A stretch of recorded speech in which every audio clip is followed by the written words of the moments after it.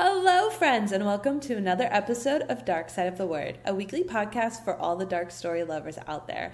I'm here with my, wait for it, generous co-host CJ. Generous. Okay, that's a nice adjective to use. Kait, who did not introduce herself.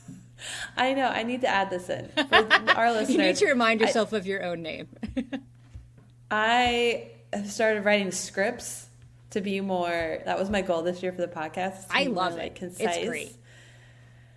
But I keep forgetting to change it to say, like, I'm Kait and I'm here. Because I just read it. It's okay. And I'm like, great, okay. You would think you could ad-lib in your own name, but no, that's okay. I can't either. No. I too have a script, and I don't have to worry about introducing myself because you do it for me. So I have the easy part. And I'm doing it right now. So yeah. if you hear of me clacking and clicking, I just added my name, so it will not happen again. I see like the blank gaze as you're typing, and I'm like, uh-oh, she's changing the script now. Okay. Well, today is the third Thursday of the month, which means that we get to talk about our industry trend or writing technique, whatever kind of floats our boat for the moment. And I would like to consider that this is technically still the beginning of the year. Yes, I would agree. I'm going to ignore that February is almost over. And so I thought, well, we both thought in our discussion of what we should do as our topic for this month would be to do what advice can we give to bolster other creatives out there? And granted, this might be a little bit more geared toward writers, but I think that all creatives can get something out of this. And especially with the beginning of the year, maybe we still have our word gone out of head. New Year's resolutions? Thank you. Yes, New Year's resolutions. This is why CJ's here. The resolutions are the words out of your head because all our resolutions are now dead. It's February. We just gave up. True. But if people still are on it because they're superheroes or they're veterans and are beginning to feel burnt out, we thought this could be a good, like, passing the baton of what we've learned since, I don't know, I guess I've been doing this for almost 8 years. Writing, you mean? 8 years? Yeah. Yeah. I've been doing it for, 18 plus 6 years? 6 years. I'm bad at math. 6 years. It's okay. So, I mean, granted, I know we've written, but, like, serious, we're doing something with this writing. Yeah. Because I started in 2016, but, like, the end of 2016. Like, November. Because I did NaNoWriMo. That's what got me Okay. the one and only time in the history books of Kait doing NaNoWriMo. And if you're curious about NaNoWriMo or want to know our thoughts, there's a whole episode on it. There is. Okay? There is. Just scroll down. It's from November, in case you were curious. I would never have thought it was in November. I just thought I'd point that out because some people are a little slow on the uptake sometimes, like myself. And hopefully CJ won't kill me for this, but Uh-oh. I feel that today is the perfect day to actually talk about staying sane. Since this morning you were feeling really down and out about the creative journey, and we had to have a little talk. Yes. But that leads to my question, like, how important is it to stay sane, CJ? I mean, staying sane in general is important to get through life, but I feel like, you know, as a creative, getting into the creative world is very addictive. You know, you start one project and then you see another and you think, yeah, that might be fun to do too. I could handle that too. And then that happens again and again. And before you know it, you're trying to juggle 5 things at once. You know, right now, I work a full-time 9-to-5 job. On top of that, I'm writing a new novel. I'm querying another novel. I'm possibly starting to write another book, running a book review and recipe blog, marketing and promoting said blog, and co-hosting a podcast. 6 years ago, I wasn't doing any of this. Was I a lot more bored? Yes. Was I a lot less frazzled and exhausted? Yes. Living an immersive creative lifestyle has absolutely taken a toll on me, and some days it's more than I can handle. So yes, finding a way to stay sane, to stay focused, to stay grounded, and to remember to take breaks is super important to avoid burnout, because I feel like you will get burnout eventually no matter what you're doing, but I guess you're trying to avoid burnout in quick succession. So like how often it happens and how hard you burn out is really what you want to focus on managing when you stay sane. Yeah, don't be me where my body forces me to take breaks. Yeah. Yeah. But I think that the theme, though I don't like this, but the theme that we tend to see with writing creatives in particular are the people who make it and finally get like the publishing deal or this, are the people that didn't give up. Yes. And the only way to not give up is to not give up. To stay sane. And to stay sane while doing it. They never admit to actually staying sane while they have not given up. They could have totally relinquished their sanity in their course on not giving up. They never addressed that part. So now I'm curious. So maybe sane is the wrong word. We're just playing with the definition of sane, but more of just like keeping your head in the game. Giving you coping mechanisms that are not alcohol or drugs or things like that. Healthy coping mechanisms. I just listened to this insane podcast yesterday, interview with an author. I don't remember the author's name. I'm sorry. But she was talking about how she wrote this book in 5 weeks where she literally pretty much drank herself to sleep every night. Like to cope with doing all the, I don't know. It didn't sound healthy, and she even admitted it. But drinking was a big part of it. So, no. We're going to give you guys all ideas that are healthy, right? I think they're healthy. I think they're healthy. They're not drugs. Okay. They're not drinking. They're not colloidal silver. So, all healthy. Well, so we have some advice. I don't know. Do you want to go first? Do you want me to go first? I thought we could do like one at a time. Okay. You do one, I do one. Insert the advertisements in there somewhere. Okay, I'm gonna have you kick it off. Okay, I have 4. I don't know how many you have. I have 1, 2, 3, 4, 5-ish. Oh. But they're all kind of like piggybacking on what you're saying too. I only have one that's original, and that is, I will save that as a surprise. Oh, cool. Okay. Ooh. Everyone keep listening. There's going to be a surprise. Okay, then I will start. My first piece of advice for everyone, and I think almost that this is probably the most important. I have already alluded to this because CJ and I had a little chat this morning. Yes. But it's finding a creative buddy. Really... I'm just going to go on a little rant here. Having CJ in my life has completely changed the entire experience of writing. I would agree about Kait. Oh, thank you. It's going to be mushy. We're going to be mushy. But really, in all honesty, I'm not kidding. Having someone when you're crying and you feel like a failure and no one can see you, you have your buddy who sees you. Yeah. In all honesty, they see you. But in the scheme of like picking a buddy, you have to find someone that you trust wholeheartedly. Someone that you can tell the darkest secrets to, that you can honestly open up about how you feel about your journey and what's happening, and knowing that they will be there for you. They will pick you back up off the floor when you're dead. And you can do the same for them. It's a give and take. Sometimes I'm down and CJ picks me up. Sometimes she's down and I pick her up. So it's definitely a give and take. It's a life raft for each other. Preferably, you want to find someone in your field. And I'm not saying genres, because I'm just saying if you're a painter, find a fellow painter. If you're a graphic designer, find a graphic designer. If you're a writer, find a writer. CJ and I very much do not write in the same genres. Correct. We absolutely do not. We have a common genre of love, which I think helps a lot. Yeah. So we both love horror and suspenseful books and dark books. And I think that does help. Trashy rom-coms every now and then. Very true. We go on our trashy rom-com kicks 100%. So we have relatability, as you can see on the podcast by us, talking about the book club book every month. Yeah. So you see that. But we do not write the same.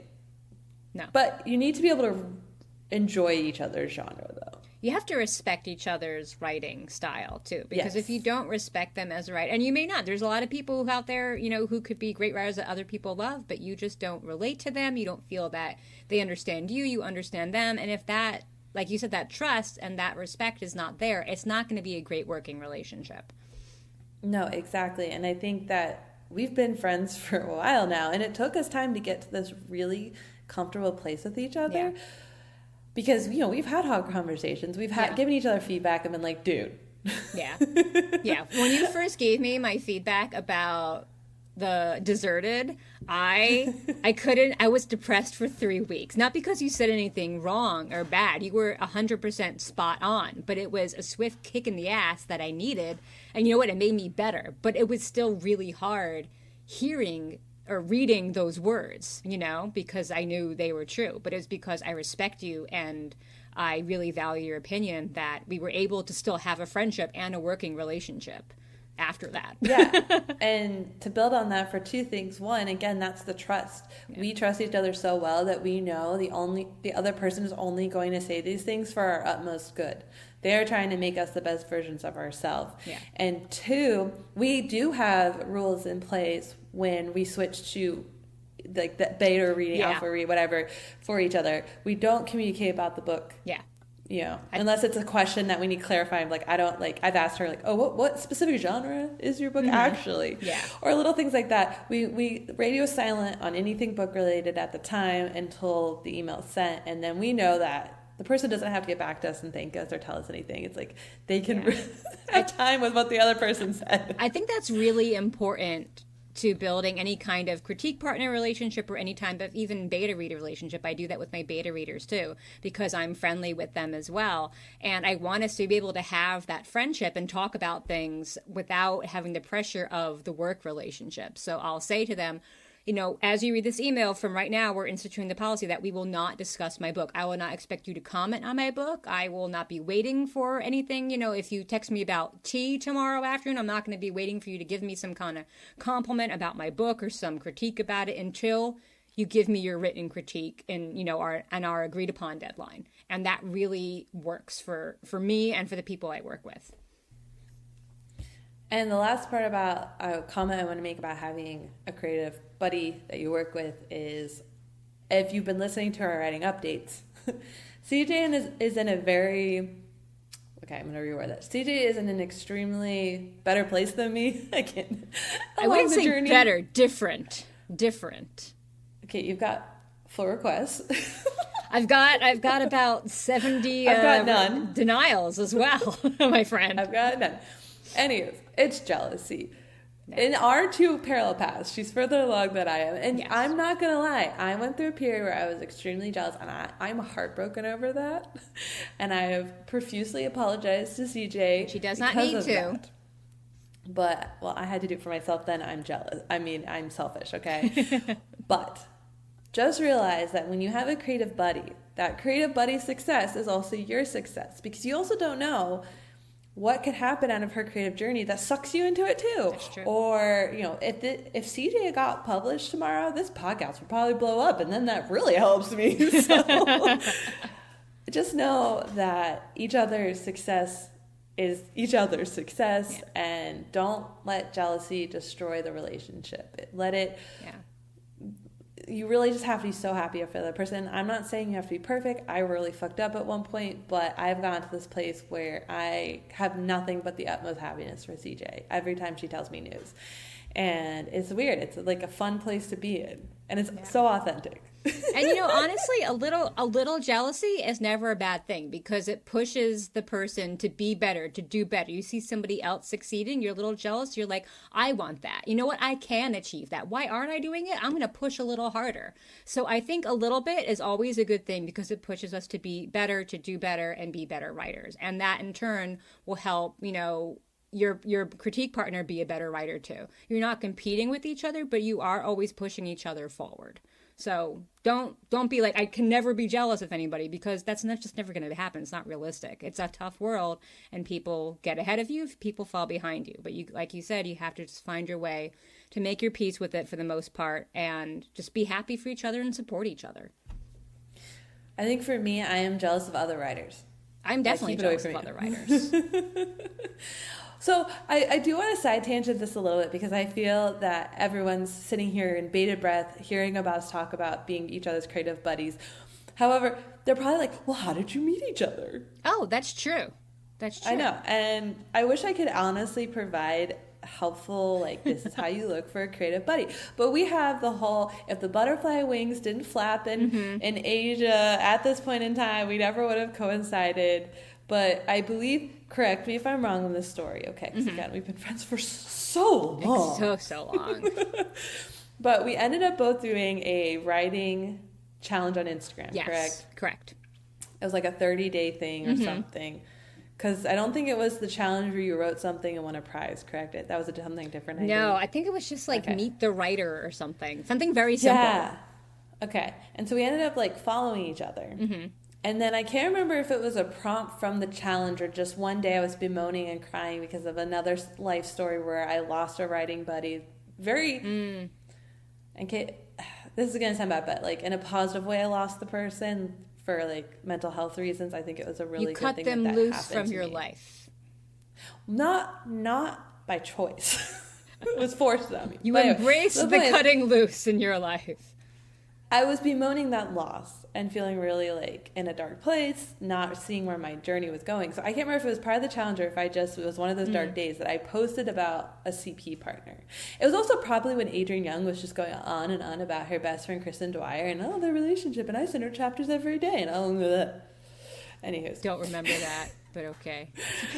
But I remember specifically though that I did a post on Instagram talking about CP partners and how I wanted one or something and how I was really upset and sad and I needed a buddy. And then CJ just poked her little head in with her little like raised up hand. It's like, hi, well, I don't have a buddy. But I want a buddy. Will you be my buddy? Let's date each other as buddies and see if we're dateable buddy material. And we took a chance on each other and we did it and now we're here. Yeah. I don't remember meeting you, online. I just remember you being there one day. Yeah. But I very clearly remember reading your pages. I was sitting, it was like the beginning of spring, I think, or maybe it was fall. Well, so I don't clearly remember it. I don't know. But I remember sitting there and reading your pages, and it was the first 3 chapters of Praesis. And I was like, holy fuck, this shit is good. This woman is a good writer, and I want to work with her. And I just got such strong, amazing vibes. And here we are. And I was just praying that like you would feel the same way about my writing. I'm like, I like her writing, but what if she hates my writing? And I was terrified. And I remember that when you reached out, you're like, oh my God, I'm so scared to send you pages. I'm like, no, give them to me. Because your writing just blew me away, and I could just tell that this was going to be something good. This is going to be so. We got really lucky with that, but it's hard to get that lucky. My other writing group that I have, I did do the workshop. Through the Writing Circle workshop, and we just all really hit it off with each other. And we're not as friendly as Kait and I are. We haven't really crossed that boundary, and I don't know if we will or not, and that's okay. You don't need to always be best friends with the people that you work in a professional way with. But that works for us too, and we champion each other, and we're really honest with each other's work, and it's really helpful to have that support group and those creative voices in there along with Kait. So I'm very lucky to have a larger group that I've made over the past years. Exactly. You don't just need one creative buddy. You can have like a group and then a very close one. And so I guess our advice, if you're looking for one, is just put yourself out there, make a post on Instagram, join a group like CJ did because she signed up for that critique class. Whatever you want to do, just kind of poke your nose into a writing community and just see what happens. But just know that, just take a chance on yourself. Yeah. And just to add that I was super against joining any kind of writing workshop before I actually joined the one I did. I wrote a blog post on it on welleratart.com because the experience just blew me away. I went into it thinking, what the hell am I going to get from this, from other writers? I just want a professional, a published author to read and critique my work. And it just gave me so much more than I ever anticipated. So if you're, a snobby little brat like I was and you think you can't get anything from it, give it another shot because there's so much out there and you never know where you're going to find your good friends and your good critique partners or even your beta readers, and just give it a shot. Take a chance. And I just want to also add as a final thing, we probably need to go to our next topic because we've been bemoaning about this for so long. Just don't forget, you can also break up with your creative buddies, take a chance, but don't think you have to stick with them because I've had multiple creative buddies and things have fizzled out. We didn't click like I thought. So just know, trial and error. Don't feel bad if it doesn't work with the first one. Don't feel like you have to stay around. It's like dating. You're dating with writing people or creative people. Exactly. All right, you're up, woman. Okay, well, I'm going to take one of the things that you had on yours because I thought it was a really good one. Rude. Sorry. So something that's really helpful is making or keeping people in your life who have the same belief systems as you. You know, when you start embarking on a creative adventure, not everyone is going to support you. They're just not. It's not saying that the people are good or bad friends or good or bad people. It's just saying that not everybody is going to understand what you're doing and why. And some people may try to talk you out of it, and others may simply just not care to hear about it. And it's really going to surprise you who those people turn out to be. And things can change over time, but, you know, there are people in my life I would call good friends who rarely ask me how my writing is going or how the blog is going, or that even know I have a podcast. People don't even know I have a podcast. I still consider them to be great people and really good friends, but over the years I've learned who I should share my hopes and my dreams with and who to avoid exposing my vulnerabilities to when it comes to my writing and my dreams, because that's another reason why it's so important to make friends with other writers and artists and other creative people, like we were talking about with your creative buddies, because, again, those people are just really going to understand what you're going through. And I completely forgot where I was going to go with the rest of the sentence. It's because you stole this idea. It is because I stole the idea, yes. I just agreed with you so much because you had such brilliant topics. That's it. Oh, I didn't have to think for myself. It's just the me train. Let me just inflate this ego even more. I also want to remind people, because this is something I really struggled with, the idea of having a close-knit group that you feel safe with, is the idea of feeling convoluted, like over bolstering this pipe dream in your head that you have that you're going to achieve this stuff. So it's like, well, I need to stay grounded in reality of what's happening and what's going on. And that's bullshit. You don't need the hard truths about things at times. We're going to find them out eventually. But when a dream's a dream, you don't need to go tell the person that has completely failed in all their dreams, and you're like, I have this huge pipe dream I want to do, and they're just like, rah, go get a real job, blah, blah, blah. As an example. I think this also came home when we did the manifesting with the Gabby challenge as well, because she was talking very specifically, and her example had been like, if you're trying to have a baby, she used baby a lot in her example, but if you're trying to have a baby and you're doing all this work, don't go to the friend who like doesn't like kids or is struggling to have a baby, because they're going to naysay the entire experience. And it's not about making sure you know the truth and you're not getting convoluted in the idea and over, bolstering yourself about it. But why tell the person that's automatically going to be negative about it? Yeah. And the same specifically goes with social media as well. I personally think that social media can be a really positive and great place. But it's our job to make it that way. And that means don't hate follow people. Okay? Do people do that? Yes, and I did it for one person for a while until I finally realized it, grew up, well, good for unfollowed them. Big move. Good for you. But I think it's very important to curate a feed and a group of people on the internet that really, you have me. You can have a couple of people that you're a little jealous of. I have a few authors that I'm like, okay, this is what I'm striving for. This is what I want to work for. They're aspirational. Yeah, you need your aspirational people. You need your other people in the trenches with you that understand. But you need to be able to go on social media and see a feed of things that bolster you and make you feel included and that you're safe with. And it's so important that you just keep with this really good safe group so that you can keep the mentality of going forward and going forward and going forward. But yeah, I'm trying to read my notes because you totally stole it. I scrolled down to my notes and I do have an original thing to say. Oh wait, did you steal all of mine? I didn't steal. I simply piggybacked upon many of your suggestions. But I found one that I came up with myself. I'm very proud. But do we have anything else about sane groups? And I'm not saying that you can't share. If someone asks you about how your journey is going, share what you feel that you can share. I don't believe in the whole just shut them down. I don't want to talk to you about it because I don't feel I don't like that approach. But just have prepackaged thoughts in your head of, okay, this level of person, I can tell them this much. Yeah. I'm not going to go into straight detail, but I'll just be like, yeah, it's going great. Thank you so much for asking. Yeah. It's a simple answer. I think sometimes our partners are weird. We can't get rid of them out of our group, so we got to work with them on it. Thank God you and I both have understanding partners. Totally. That is huge. Having a supportive romantic life partner is probably the best way to stay sane, because that's what grounds you. They can be a creative buddy. They can be a sounding board. They're a therapist. They're just your friend. And, you know, if they're a good partner, they always have your back and they're always your champion, even when you're not your own champion. And hopefully everybody listening there has that. But if you don't, I hope you find that person, and I'm sure you will. It just takes time. Your partner should be like the same rules as your creative buddy, okay? Yeah. But remember how I said supportive? Not entirely understanding. They don't get it out there. Yeah. They think we're crazy. They think we're batshit crazy. They don't understand why we put ourselves through all this. And half the time when my partner reads my book, he's just like, oh, okay, yeah, it's great. It's fine. Sounds great. I liked it. Yeah. All right, I'll skip down to my next one, which I guess is number 3 for us if you're following along to like break up the segments. But an outlet to quiet your mind is my next sane one. This can be crazy. I think it's very different. It's more personal than comedy about finding what quiets your mind.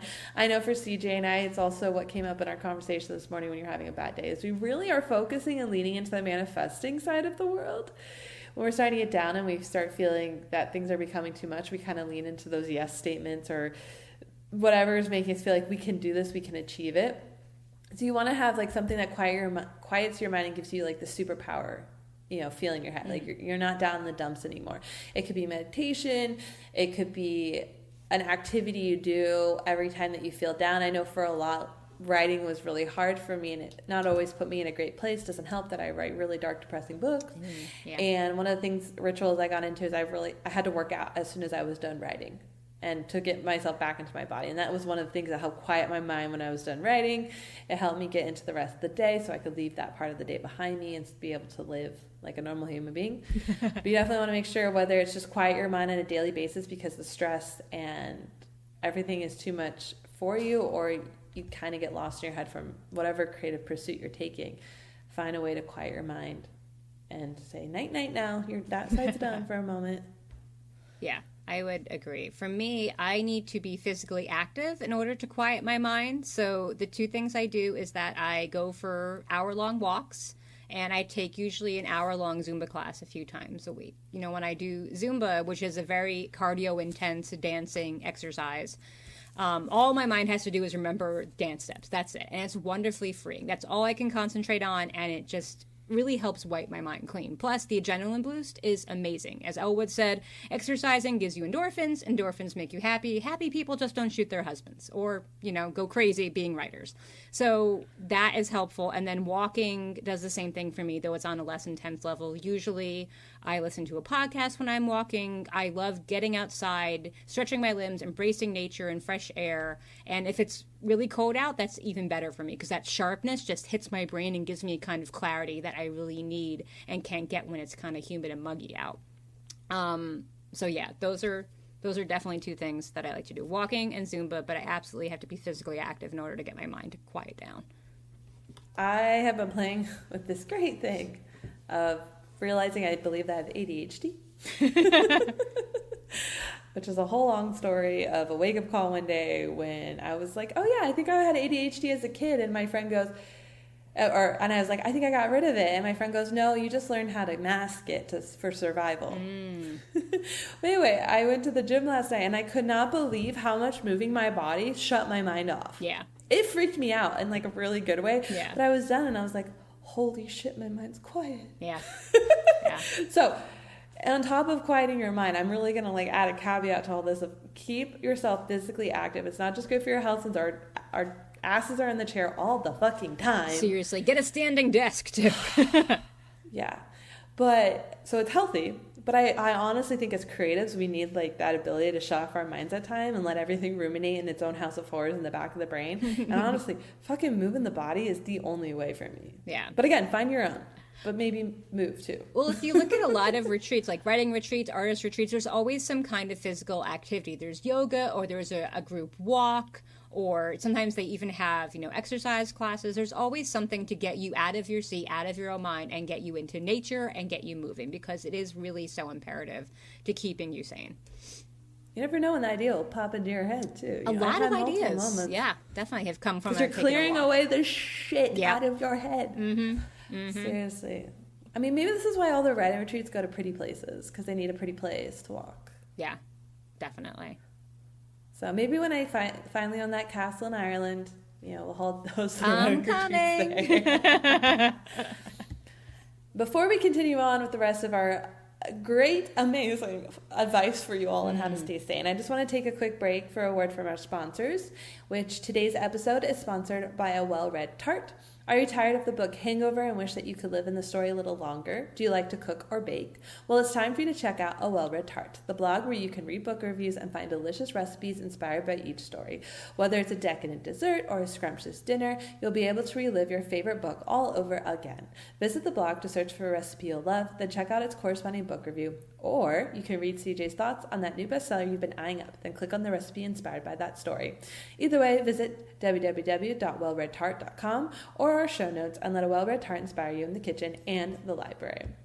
Also, I just want to say that developmental editing is a huge part of the book publishing process. It helps your story to be fully fleshed out, checks for story and character arcs, catches story areas that you may have missed, and polishes your story so that readers will rave about your plot. Many self-published writers skip this step because they don't understand how vital it is or the exorbitant prices turn them away. However, this is an important step that all traditionally published authors must go through and can't be skipped.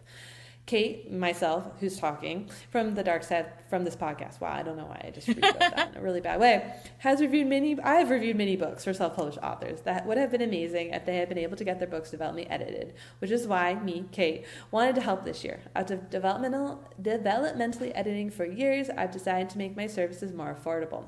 Full details for my pricing and services are available on the developmental editing page for the Dark Side of the Word blog, or use the link below in the show notes. Ta-da! Okay, friend, you get to start because I just did the last one. Okay. So my next tip for staying sane or having a healthy coping mechanism is, don't be afraid to walk away and take breaks. And I'm not talking about 15 minutes or 20 minutes. I'm talking about a prolonged break. Obviously, if your livelihood and income depends on being a creative, this is going to be a little bit more difficult. But I think a lot of us, unfortunately, are not having this be our livelihood. So, you have to find the perks where you can. And that is being able to take breaks. So if you are feeling burnt out and like nothing is really, jiving with you anymore or making sense, and it's just all becoming a little too heavy, take a day off, take 3 days off, take a week, take a few weeks off. Last year, I took a break from blogging between January and June. I didn't plan it. It just happened. One day I woke up and I was like, you know what? I can't post on social media today. And then it happened the next day. And then I didn't schedule a blog post. And at first I was kind of spiraling. So I'm like, oh my God, I've done this for 4 years. What is happening to me? But I literally just couldn't do it anymore. And it wasn't because I didn't love it. It wasn't because I had started hating blogging. It was because I needed a break. And the only way I knew how to do it was to shut down. And I did it. And I got back to it in July or June of last year. And I feel better than ever because I allowed myself that break. And I'm really glad I did it. And I think that's something that a lot of people are afraid to do because you are going to lose some followers. You are going to lose some momentum. Your stats are going to go down. That's just what happens when you stop generating content. But if it keeps you mentally healthy, it's completely worth it because you're never going to succeed if you've gone fucking bonkers, basically. So take a break. This is a very CJ bit of advice because I don't. And I work till my body tells me I'm done, which is why I took a 2-year break from my blog. And why my writing has kind of stalled. And yeah. So listen to her. Yeah. It's important. And listen to your body.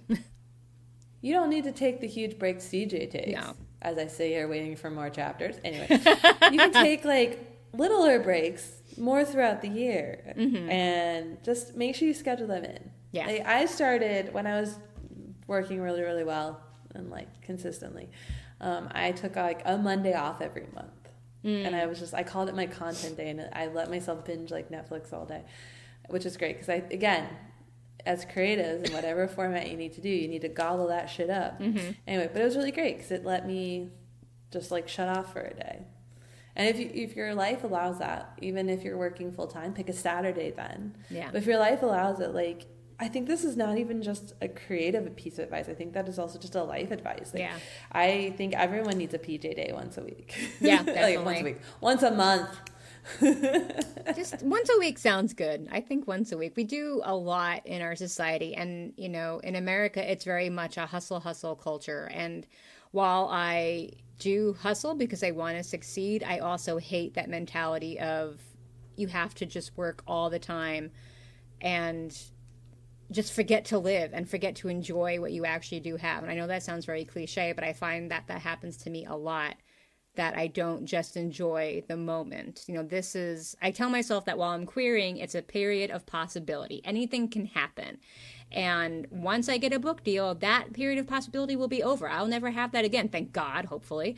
But it's still, right now is a special time too. And I want to enjoy all the possibilities that lay before me that I can see and that I can't see coming toward me. And I just need to slow down, take breaks, enjoy it, enjoy what I can, soak it in. I mean, it's already been studied and tested that 4-day work weeks actually increase productivity. Yeah. Sometimes the less time you give to your work, the more productive you can be. I have found that when I schedule an hour of full focus for my writing, I get more done than if I had said, I'm going to take the whole day to write. Yeah, I agree. And yeah, I just think that part of being an extremely successful creative and the manifesting journey we learned is to take the time for living life in the moment. You know, if it takes you 20 years to get published, don't waste those 20 years not living life as well or bemoaning this whole time. Because like CJ said, once you're published, you're going to like be on a strict schedule. Yeah. You're going to have expectations set on you by readers and publishers.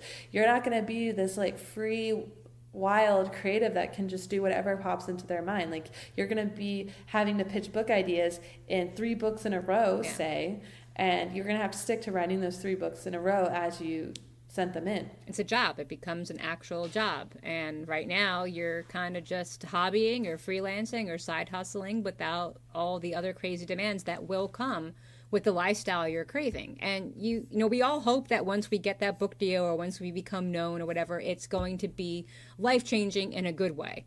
It could be life-changing in a bad way. You never really know. And not to be a downer about that, but just enjoy what you have because you never know what's coming. Exactly. On that note of hope. On that note of hope, maybe when you're taking your downtime, you can do the next sane object, which I think is study your craft. I really enjoyed this part of my journey, which was a lot of study. I did a shit ton of studying, which I think is a totally another podcast to talk about all the books we've studied to get to where we are. I think that's a great topic for later. So stay tuned, friends. I'm sure it will pop up now that I've said it. Need to read more books in that case? Oh, maybe it's just a me podcast. Okay. I will never solo podcast. But I know we've read some of the same books, but study your crafts because the more you know, the more confident you can be. And you never know where you're going to get a nugget of wisdom.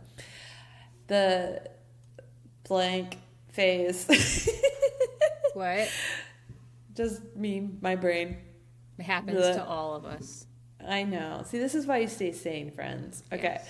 But when you're very strong, you feel very strong about your craft, not only can you know that you're putting your best foot forward, that when you're sitting at the table, you're doing the best writing or creative work that you can do, but when the naysayers come at you, you can also stand firm in the process that you're taking. Sometimes it can be studying the process, it can be studying the technique that you're doing. Whatever it is, take the time to make sure that you study your craft so that you can feel confident in what you're working on. Because one of the things that I really struggled with to staying sane as a writer, especially with like not hearing back from a lot of agents and stuff, is am I a good writer? And that's a constant playing. I know we all have that. We always second guess ourselves. But I know from the studies and what I've done and reading other people's work and comparison and all this stuff, I'm fucking good at what I do. And I'm going to stand on that soapbox, okay? And that has only come because of the amount of studying I've done in my craft, the amount of reading I've done of other people's works, the jobs I've done developmental editing, the jobs I've done now doing the pre-screening work for Publishers Weekly. Like, I know my skill and my quality, and I know that at some point someone will see it too, that I'm good. And that keeps me from spiraling into a really dark place where I'm just like, oh my God, am I shit? No, I know I'm good. Yeah. Okay? And that is like a huge part of why I've stayed sane. Yeah. And it's not being over prideful or egotistical to say, no, I'm good. It's just being honest. And I think not enough people are honest with themselves. There are people out there who can't write well. There are people who can. And if you're one of them, you should own it, because it's a gift to be able to write really well. And I agree, Kait, that you are an amazing writer. I think I'm a really good writer, Yes. Oh my God, Ghost Children. Is that the nickname for it? Am I allowed to say that? We're just calling it Ghost Children. Yeah, we're just going to call it Ghost Children. Oh. And I too, at the end of the day, like, I've done a lot to hone my craft and work at it and study it and read other people's works. And am I the greatest writer in the world? Absolutely not. There's always going to be somebody better than me. There's going to be a lot of people who are better than me. But I know I'm fucking good. And like you said, one day somebody else is going to tell me that too, and they're going to publish me. You just got to know your shit. And for me, it took a long time to get here. And I did a lot of beta readers for my work, and I've gone through all this stuff of people reading it, and I've gotten the same comment about my books from almost everyone, and the same positive comment. And that's when I started believing in myself. Because the thing is, we're not talking about being convoluted and being too prideful. We're talking about believing in yourself. Yeah. To know when you send out that query letter or whatever form you have to send out in your creative field, that you're putting something good out there. And it's if they don't see it, that's their fault. You're doing this, you're doing really good. I have vetted this as much as I could. I know I'm doing the best that I can, and someday I will be seen for it. Yeah. It's the opposite of imposter syndrome. I hate imposter syndrome. I do not suffer from imposter syndrome. I know I am fucking good. I just need other people to realize that I am fucking good. But I do not suffer in that way. I worry that I'll never get published sometimes because of a lot of different factors, but I know that my writing is good, and that's become unshakable over the years as I studied and worked on my craft, and that is really important. Stand proud in your superhero pose. Stand straight. Proud, and that is what's going to make you through. Honestly, like if I had to, and which I'm not putting this out there, world, but if I had to, I know that I could self-publish my book and be fine. Yeah. Like it will be well received. I am not worried about the average person reading my book. But I go into that with my publishing mindset of that this could be read by people, and that's what makes it possible. Yeah. Believe in yourself. That's easier said than done. Now ask me about something else, and I'll be like, well, I can't do that. I used all that energy for writing. Yeah, seriously. I've drained every other tank. Like, ask me about like leaving the house, and I'm like, well, I can't right. Did I turn off the stove? I've checked it 5 times, but I don't really know. I should believe in what I'm telling myself, but no, I don't. Oh, you don't even believe the mental mind fucks I have to play with myself to make sure I know that I turned off the stove. Yeah, seriously. All right, your turn. I think actually we hit them all, because I realized my last one was tied into the one I just did about taking breaks. I was just going to say that it's hard to stay sane and have coping mechanisms. I feel like when you have a 9-to-5 job and you do all this creative stuff on the side, and that's something continually trying to cope with and find a peaceful place with, because a lot of the times I am bitter about the fact that my day job takes up so much of my time. Do I like the salary and health benefits it gives me? Yeah, you bet. That's why I still have that job.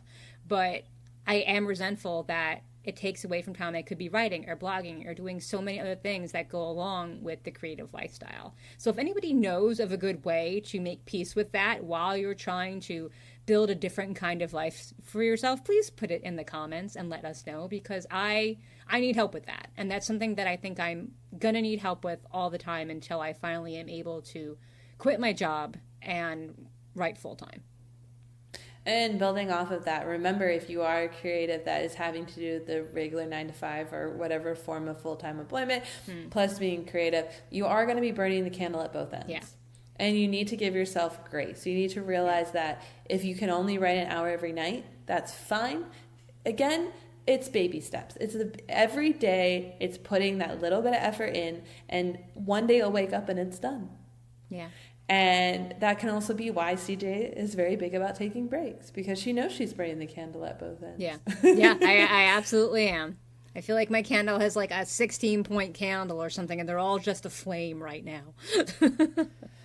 But that's, again, why we wanted to do a podcast about staying sane, so that if you're working, you can stay sane. And it's also about maybe finding something in your creative field that keeps you super motivated and happy. I think the podcast has turned that into for both of us. Yeah, definitely. It's something new and exciting that keeps me intrigued.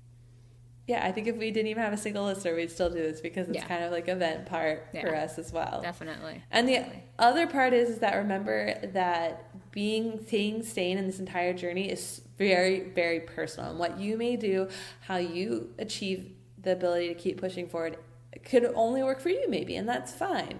But just think about it, put effort into finding it, stay present in the moment, don't listen to what other people have to say. Especially do not listen to people that say that their way is the only way to do things, okay? That is wrong. Part of being a creative is the uniqueness of how we are creative. You're not supposed to fit in a box. Yeah. These are all suggestions. The only thing you should really listen and take to heart is don't hurt others and don't hurt yourself. There you exactly. go. But this is why we burn Save the Cat. Yes. And the point of this is just to maybe jog an idea in your head. Yeah. Have a jumping off point. Oh, they like moving their body. Maybe I should take a walk here or try this class or do yoga. Like, this is all about finding what works for you. And that's the point of this. Yep. It's a personal journey. And a final stuff to wrap up the podcast today. I just want to remind everyone that book club this month is The House of Last Resort by Christopher Golden. We also do have an extra Thursday in this month, so it'll be out 2 weeks from today. Just remember, book club is always released the last Thursday of the month. Hopefully in the future, CJ and I will come up with ways to fill in the extra Thursday. We have some ideas in the works, so keep an eye out for that. Otherwise, if you still need to get your book for book club, don't forget that you can buy it through one of our bookshop.org affiliate links in the show notes. We won't judge you who you pick, but at no extra cost to you, we do get a small kickback that helps us to keep this podcast going as well as our other endeavors. But thank you for listening to Dark Side of the Word, a podcast for all the dark story lovers. If you're listening to us on YouTube, then please subscribe and give this video a thumbs up. We're also a podcast on Spotify, Apple Podcasts, and iHeart. Make sure to follow us and check out our weekly polls and questions if you're listening on Spotify. We'd also love a review. Leaving a review on our page is the equivalent of tipping your waiter. Thank you so much. Bye, friends. Bye.